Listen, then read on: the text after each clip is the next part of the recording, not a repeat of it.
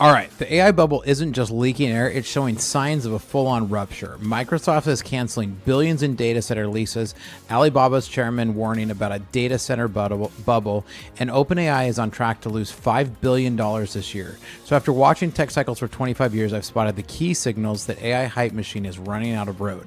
So today I'm going to break down exactly why Silicon Valley's AI reckoning is inevitable and what it means for the future of tech. Why this hype can't possibly last forever, and the amount of money going into it is insane. Let's dive in.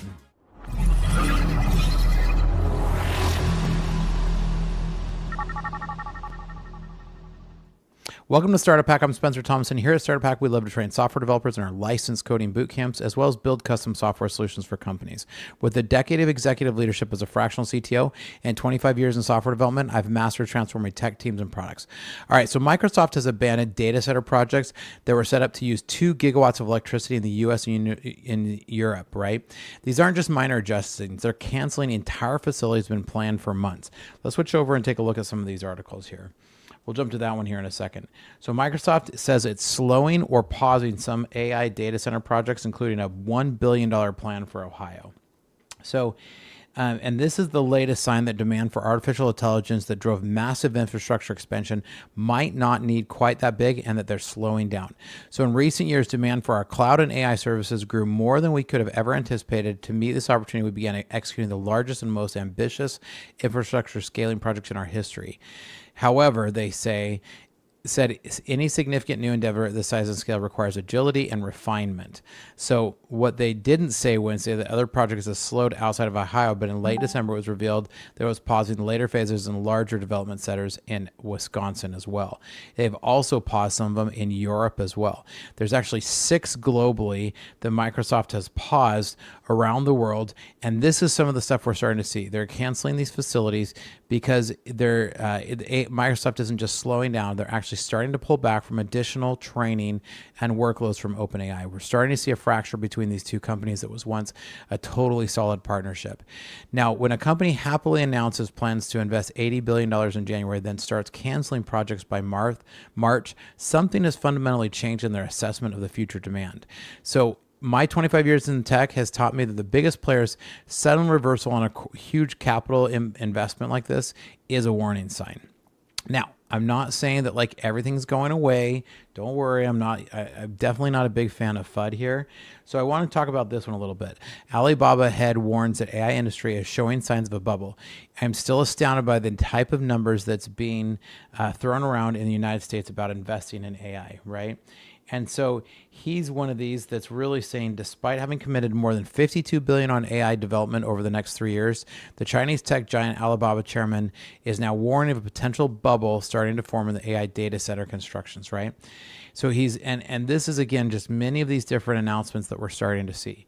When you see big money that's starting to pull away from an investment like this, it's time to take a sign. Now, again, I'm not saying, oh, AI is crap, it's never going to amount to anything.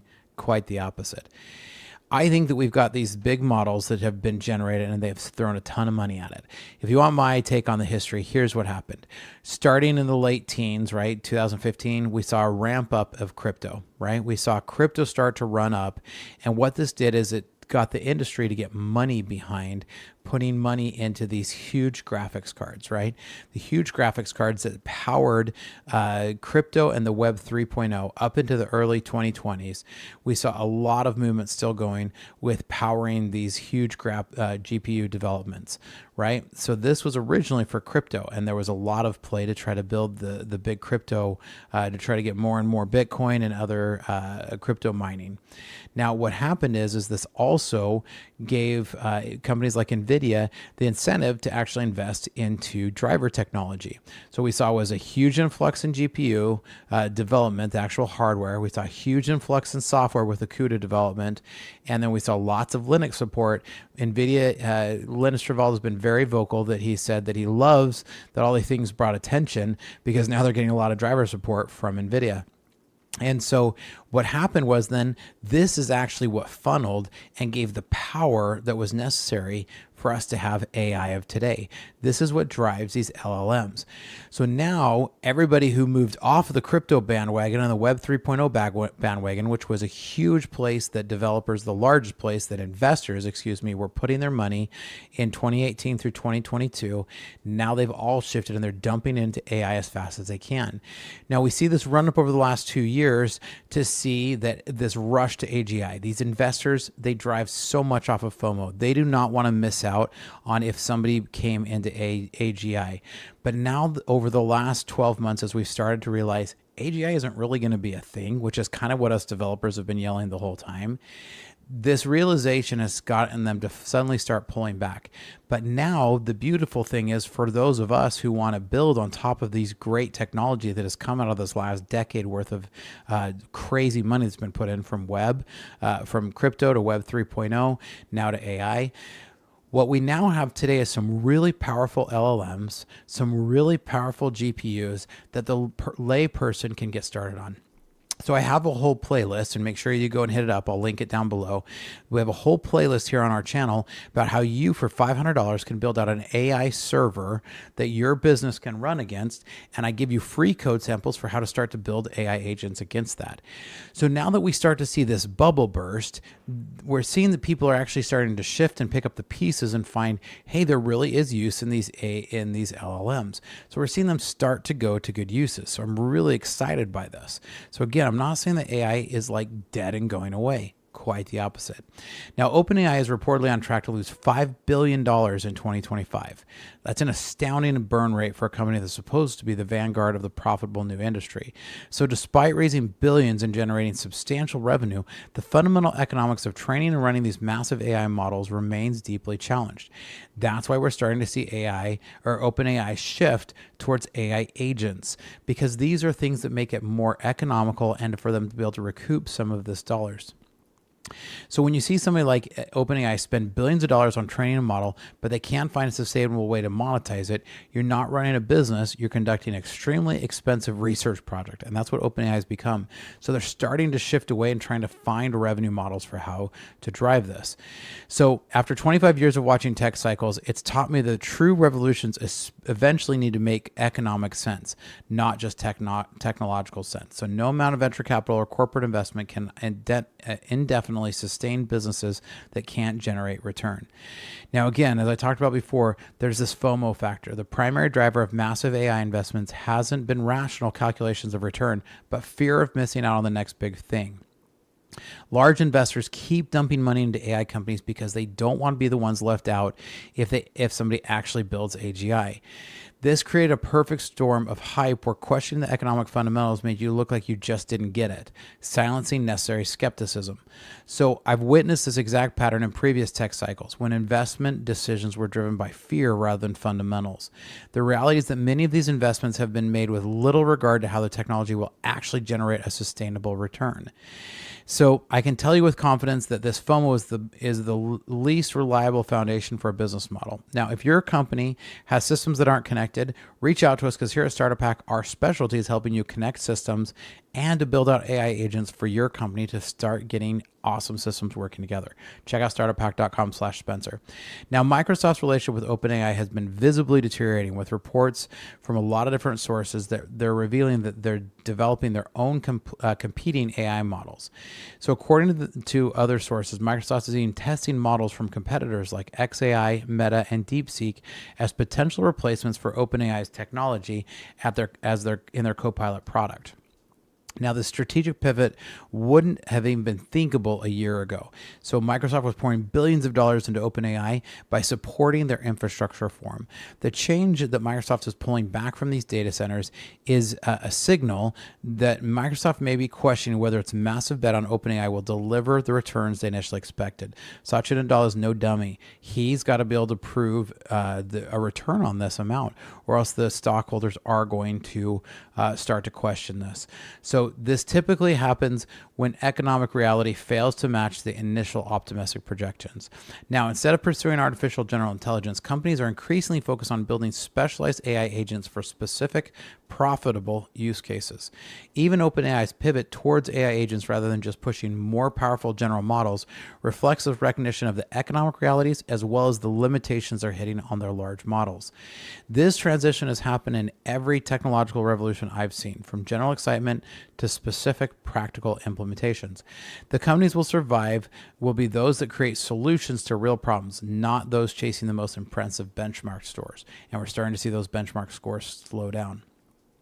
So I talked a lot about the crypto connection here, right? What many people miss is the entire AI boom was enabled by crypto's impact on GPU development between 2018 and 2023. Crypto mining drove NVIDIA to develop more powerful GPUs and better drivers, creating the hardware foundation that made modern AI training possible.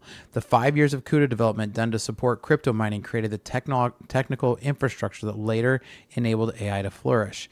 So understanding these connections gives us insight into what might drive us to the next wave of the current AI hype. So look at some of these underlying things. These hidden dependencies between seemingly unrelated trends have often been the most revealing. So there's a lot of different things out there, and what we're seeing is we're now seeing that because we have these big models, we're starting to see these little models start to crop up.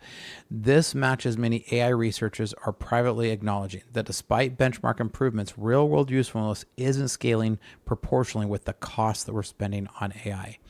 So there's a tension between theoretical capabilities and practical value and how it's going to make money.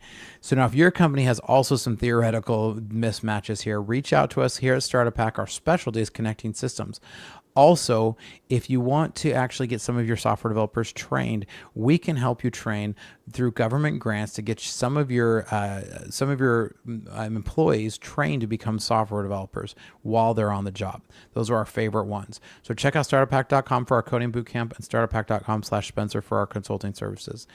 Now, we're already seeing investments shift away from generative AI capabilities towards specific applications with clear paths to revenue. The market is quickly learning that AI is valuable as a component of a solution, not the solution itself.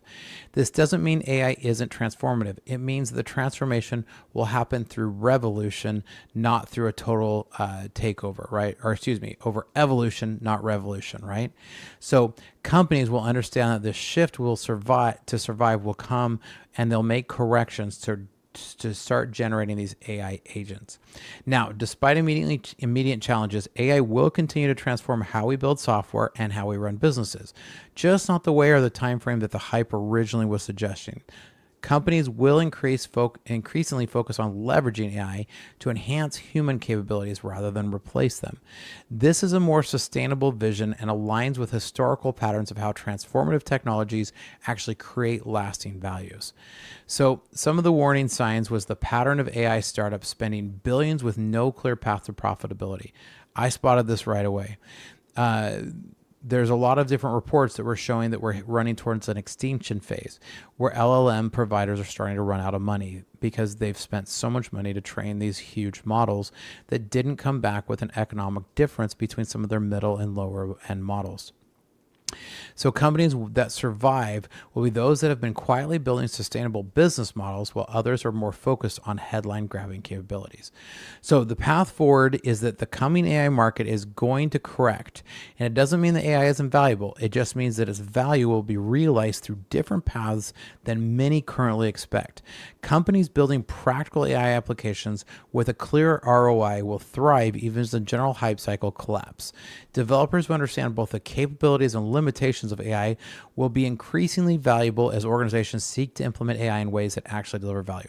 I tell my developers all the time, AI is not going to replace you, but a developer who knows how to use AI might. So the next wave of AI development will focus on efficiency and integration rather than on raw capabilities.